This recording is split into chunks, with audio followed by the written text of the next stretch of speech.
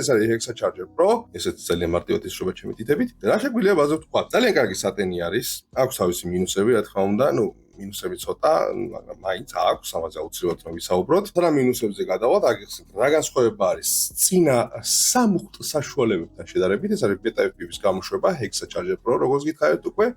აქვს 6 დამოუკიდებელი არხი, რომლებიც ცალკე მოხდავენ 6 1S ბატარეას.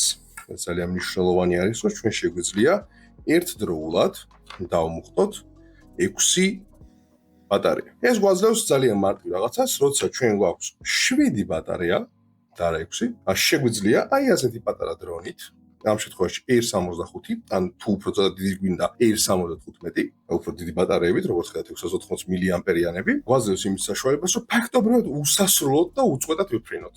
ამათ კითხვა გაგიჩნდება და როგორ. თუმცა ამაზე სანამ გადავალთ, თავიდან მინდა გაჩვენოთ, თუ როგორ ხდება უშუალოდ ოპერირება ამ ჩვენ სამუხტ საშუალებაზე.